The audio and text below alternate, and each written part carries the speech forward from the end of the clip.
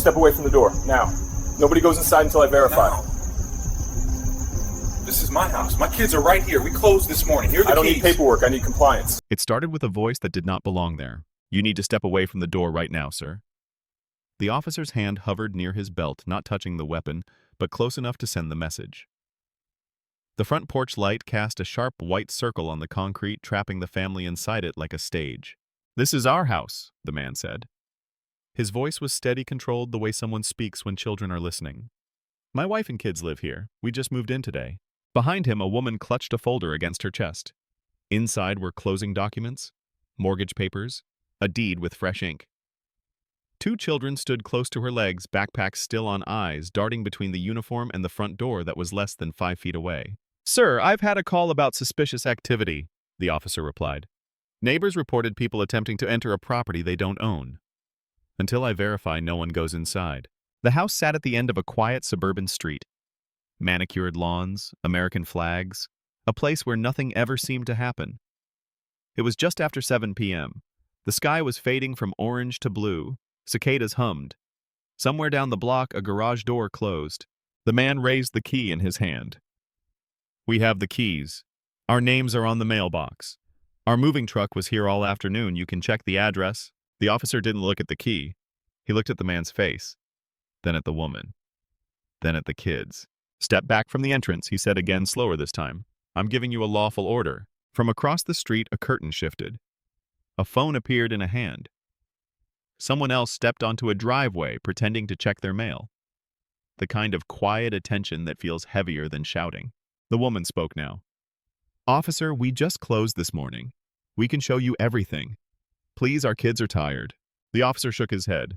I don't need paperwork right now. I need you to comply. The front door was right there. Fresh paint. New locks.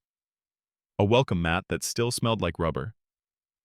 The children stared at it like it was a promise being pulled away in real time. The man took a breath. A long one. Am I being detained, officer? The pause that followed was brief but loaded. For now, yes. A neighbor's voice cut through the air. What's going on over there? The officer didn't answer. His radio crackled softly. The red and blue lights reflected off the windows of a house that legally, undeniably belonged to the family standing outside it. This was supposed to be their first night home. Instead, it was the beginning of something else entirely. The story did not begin on that porch. It began years earlier in places no one on that quiet street had ever bothered to imagine. For Marcus and Elaine Carter, the house was not just a purchase. It was a finish line.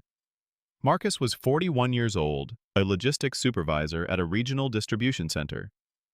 He had worked the night shift for nearly a decade, 12-hour rotations, that left his body permanently tired and his eyes always slightly red.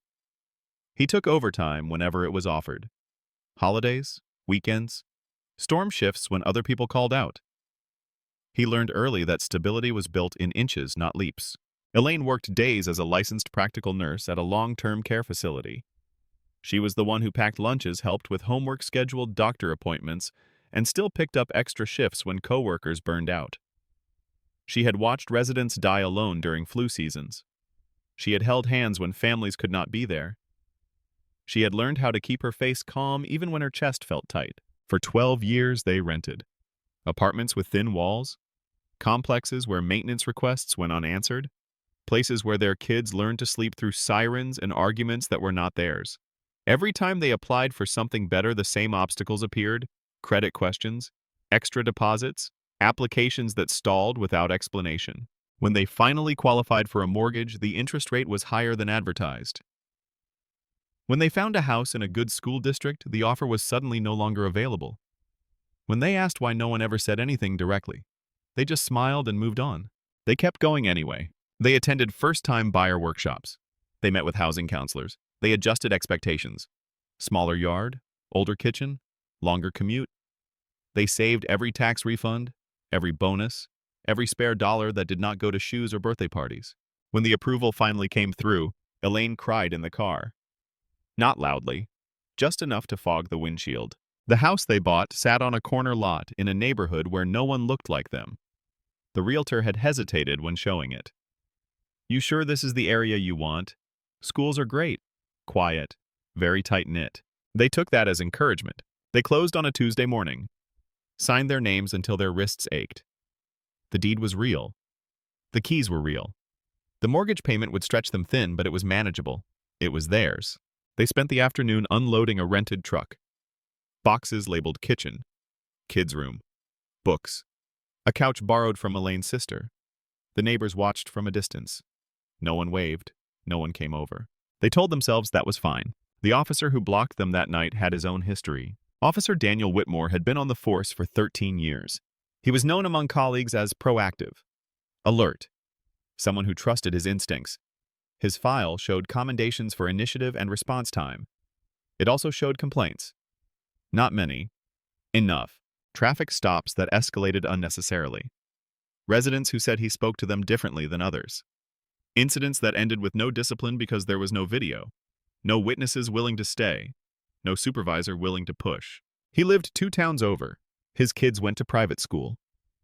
He drove through neighborhoods like this one every shift trained to look for what did not belong.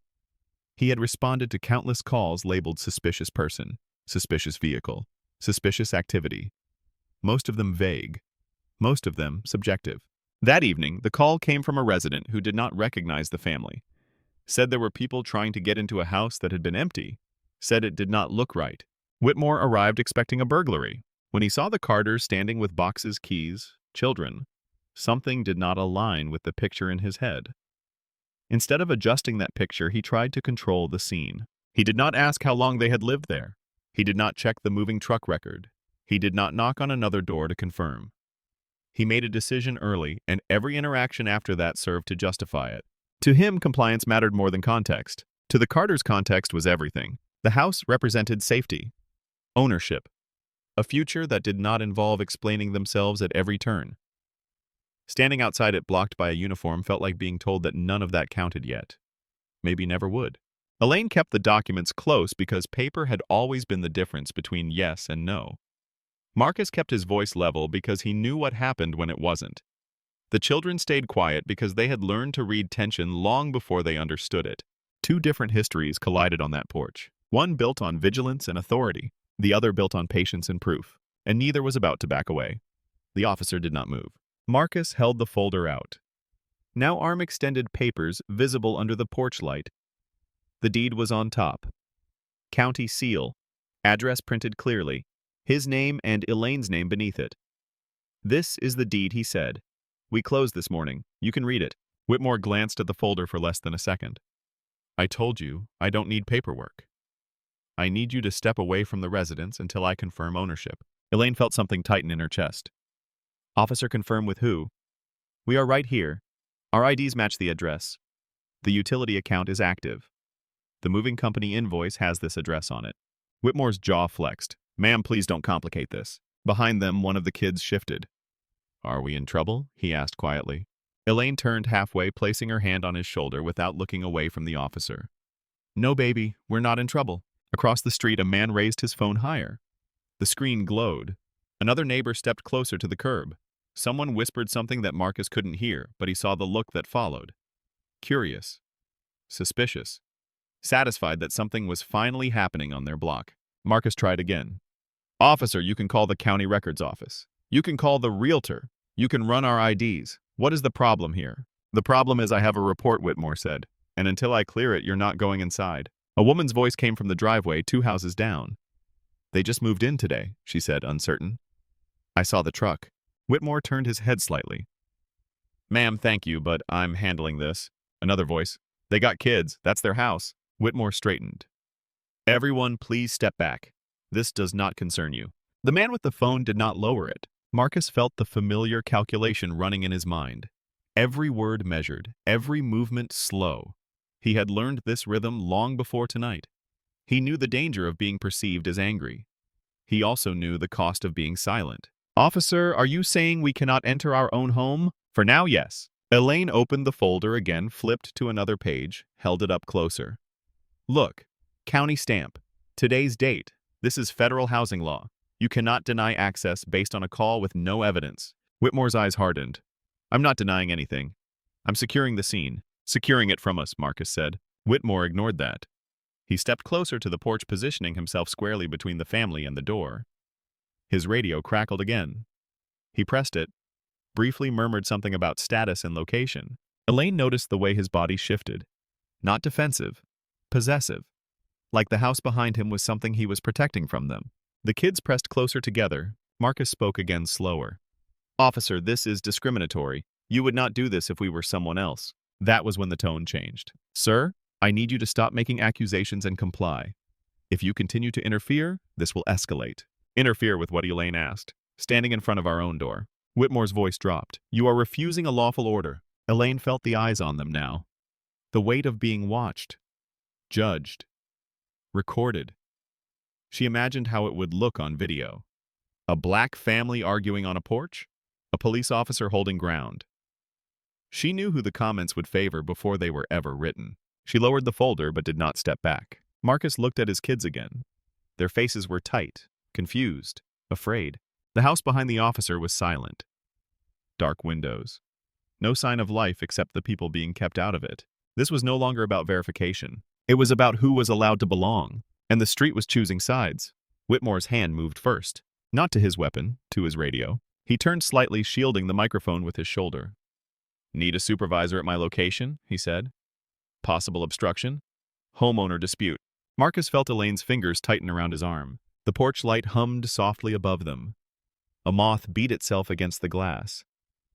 Somewhere nearby, a car drove past slowly, then slowed even more. "Officer," Marcus said, "you are preventing us from entering our home. Our children are standing outside in the dark." Whitmore didn't respond. He stepped fully onto the porch, now boots heavy against the wood, closing the final gap between himself and the door. He planted his feet shoulder-width apart. Elaine noticed the smallest details. The scuff on his boot. The way his jaw clenched. The fact that he still had not once asked for their names. A patrol car pulled up behind Whitmore's cruiser. Headlights washed over the front of the house. Red and blue lights began to pulse against the siding, the windows, the faces of the neighbors. One of the kids flinched at the sound of the siren chirp. "It's okay," Marcus whispered, but his eyes stayed on the officer. Whitmore turned back to them. "I need you both to step off the porch and stand by the sidewalk." Elaine shook her head slowly. "No. We are not leaving our property." That word again. Property. Ownership. A line that had been so clear on paper and so fragile in practice. Sir Whitmore said, "If you do not comply, you will be detained." "Detained for what?" Marcus asked, trying to go home. The second officer approached from behind Whitmore. Younger, quieter. He looked at the kids first, then at Elaine's folder, then at the door. "What's the issue?" he asked. Whitmore answered without looking back. "Suspicious persons. Caller reports attempted entry." The younger officer hesitated. "Sir, ma'am, do you live here?" "Yes," Elaine said immediately. "We closed this morning." She held out the folder again, this time toward the younger officer. He reached for it. Whitmore's voice cut in sharp. "I've got it." The younger officer paused, hand hovering, then dropped it back to his side. Whitmore's radio crackled. "Supervisor en route." The neighbors were no longer pretending not to watch. Phones were fully out now. Someone whispered federal lawsuit. Someone else shook their head. Elaine's knees ached from standing still. Her children leaned against her, tired, hungry, frightened. The house loomed behind the officers, unreachable. Marcus felt anger rise hot and fast and forced it down. He stared at the door. He imagined turning the knob, crossing the threshold. He imagined explaining this night years later and wondered how it would sound. Whitmore shifted his stance. "Sir, turn around and place your hands behind your back." Elaine inhaled sharply. Marcus didn't move. "On what grounds?" he asked. "Failure to comply." Elaine stepped forward half a pace. "No, this is unlawful. You cannot arrest him for standing on his own porch." Whitmore raised his voice. "Ma'am, step back." The kids started to cry. Quiet at first, then louder. The younger officer looked uncomfortable now. "Sergeant's going to want paperwork," he muttered. Whitmore ignored him. "Sir, last warning." Marcus looked at Elaine. At his kids? At the phones pointed at them. He nodded once. "I'm not resisting," he said. He turned slowly. The sound of the cuffs came next. Metal on metal. Sharp. Final. Elaine felt it in her chest like a blow. The neighbors gasped. Someone swore under their breath. Whitmore tightened the cuffs. Not cruelly, precisely, like procedure. The red and blue lights flashed harder now, reflecting off the door that Marcus had paid for but could not enter. This was no longer a misunderstanding. This was a record, and records had consequences. The shift happened inside the station. Not loudly, not dramatically, just enough to change everything. Marcus sat on a hard plastic bench under fluorescent lights that hummed without rhythm. His hands were cuffed in front now, resting on his knees. He had not spoken since the patrol car door closed. He counted breaths instead. In, out, slow, deliberate. Elaine arrived 20 minutes later with the kids. Another officer had driven them. No lights, no siren, just silence and the sound of tires on asphalt. She walked into the station holding the folder like it was armor. At the front desk, she said her husband had been arrested outside their home. The desk officer looked it up. Name? She gave it. The officer typed, paused, typed again. She glanced toward the hallway where Marcus sat. One of the kids whispered, "Is Daddy going to jail?" Elaine knelt eye level. No, he didn't do anything wrong. The door at the end of the hall opened. A man in plain clothes stepped out. Gray hair, calm posture, a captain's bars on his collar. He held a tablet in one hand and Marcus's file in the other. Officer Whitmore stood a few steps behind him. His posture was different now, less certain, hands clasped in front of him. Captain Reynolds looked at Marcus first, then at Elaine, then at the kids. Why was he arrested? Reynolds asked. Whitmore answered quickly. Failure to comply with a lawful order during an active investigation. Reynolds nodded once, then turned to Elaine. Ma'am, can I see what you have there? She handed him the folder without a word. Reynolds flipped through the pages. Deed. Closing statement. Mortgage. Utility confirmation. His fingers stopped at the county seal. Today's date. He looked up slowly. This is your house. Yes, Elaine said. Reynolds turned to Whitmore. Did you verify ownership? Whitmore hesitated. I was in the process. Reynolds tilted his head. How? Whitmore didn't answer immediately. I requested a supervisor. Reynolds' voice stayed level. Before arresting the homeowner. Whitmore's jaw tightened. The caller reported suspicious activity. Reynolds tapped the tablet. We pulled the body camera footage from the responding units and the neighbor's video that was already sent to our inbox. That was the moment. Whitmore's eyes flicked up. Elaine felt it before she saw it. The air changed. The quiet thickened. Reynolds turned the tablet so Whitmore could see. The porch. The kids. The folder. The keys. Whitmore's own voice repeating step away from the entrance. Reynolds scrolled, paused, scrolled again. You never asked their names, he said. Whitmore swallowed.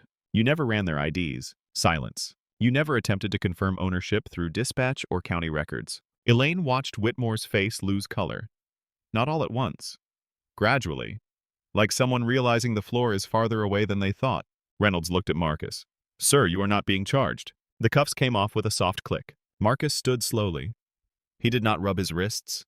He did not look at Whitmore. He looked at Elaine. Reynolds turned to her. Ma'am, I apologize. This should not have happened. Elaine didn't answer. Reynolds continued.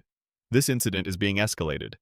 The involvement of a family being denied access to their own home raises serious concerns. What kind of concerns? Elaine asked. Reynolds met her eyes, federal ones. Whitmore took a step back without realizing it. Elaine felt something settle into place.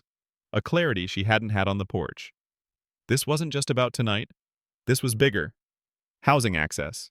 Equal treatment. Rights that didn't disappear because someone called something suspicious. Reynolds handed the folder back. You're free to go home. Marcus exhaled for the first time in an hour. As they turned to leave, Elaine spoke. We're calling a lawyer. Reynolds nodded. I would expect nothing less. Behind them, Whitmore stood still staring at the tablet like it might change if he looked long enough. The door closed. Outside, the night air felt different. This was no longer a neighbor dispute. This was the beginning of a federal housing case. The fight did not start with a lawsuit. It started with silence. The Carters spent their first night in the house sitting on the living room floor. Boxes untouched, lights on. The kids fell asleep curled together under borrowed blankets. Marcus stayed awake scrolling through messages from friends and family who had already seen the video. Elaine sat at the kitchen counter with her laptop open, documents spread out like a second closing. By morning, the footage was everywhere. A neighbor's clip showed the officer standing between a black family and their front door. Another angle captured the handcuffs. A third recorded the kids crying as the patrol lights flashed against the house they were not allowed to enter. The captions varied, but the message was the same. Blocked from their own home. By noon, the video had crossed 1 million views. By evening, it was national. Civil rights attorneys called first, then housing advocates, then reporters.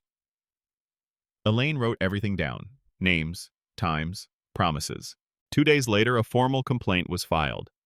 Not just with Internal Affairs, with the Department of Housing and Urban Development. The Department of Justice Civil Rights Division. The allegation was clear. Denial of housing access based on race. Use of police authority to enforce a discriminatory outcome. Federal Fair Housing Act. Equal Protection Clause. State civil rights statutes.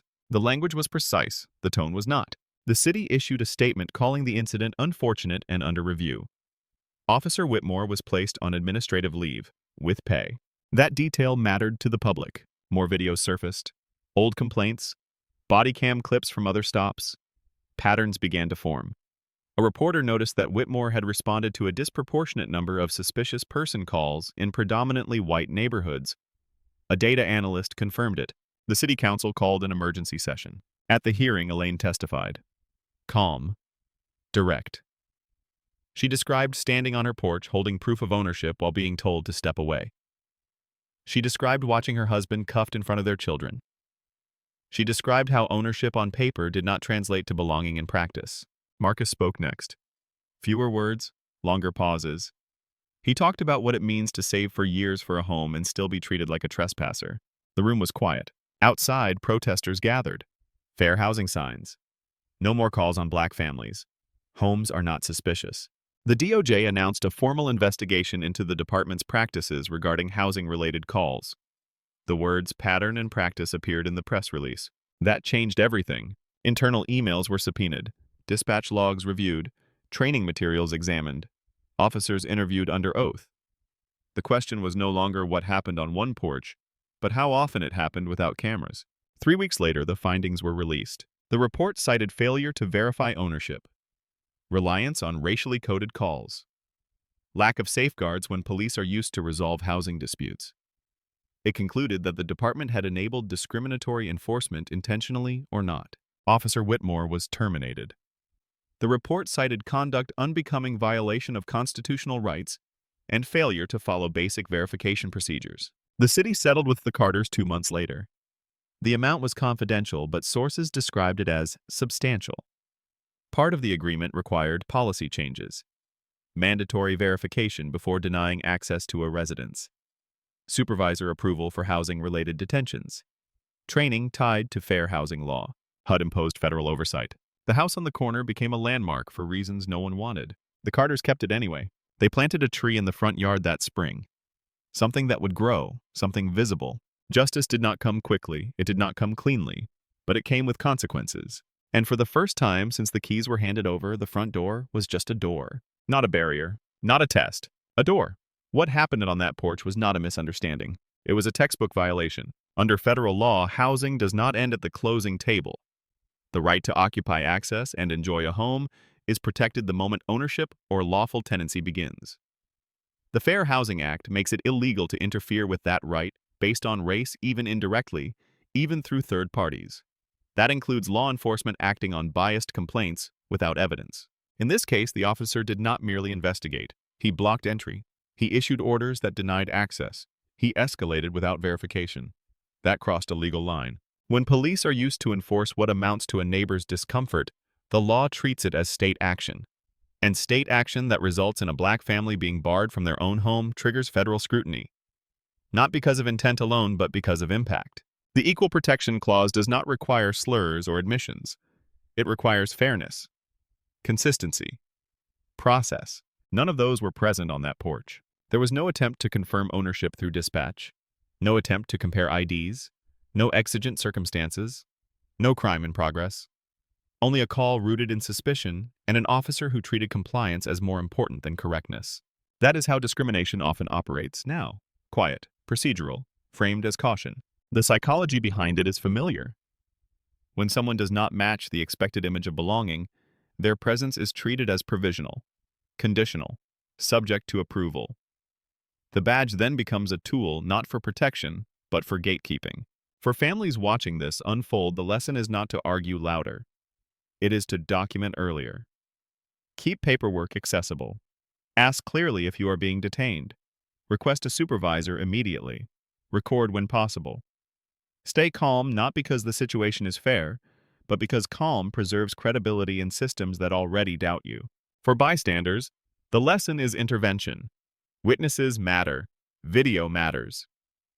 Speaking up even briefly changes outcomes. Silence does not. And for institutions, the lesson is unavoidable. When police are used to resolve housing discomfort instead of crimes, they become participants in exclusion. Training without accountability does not stop that. Policy without enforcement does not stop that. The Carters did nothing extraordinary. They bought a house, they showed proof, they stood their ground. What followed became federal not because they wanted attention, but because the law demands accountability when access to home is denied based on who someone is. A front door is not a suggestion, it is a right. And when that right is blocked, the consequences should reach further than a porch. They should reach the system that allowed it to happen.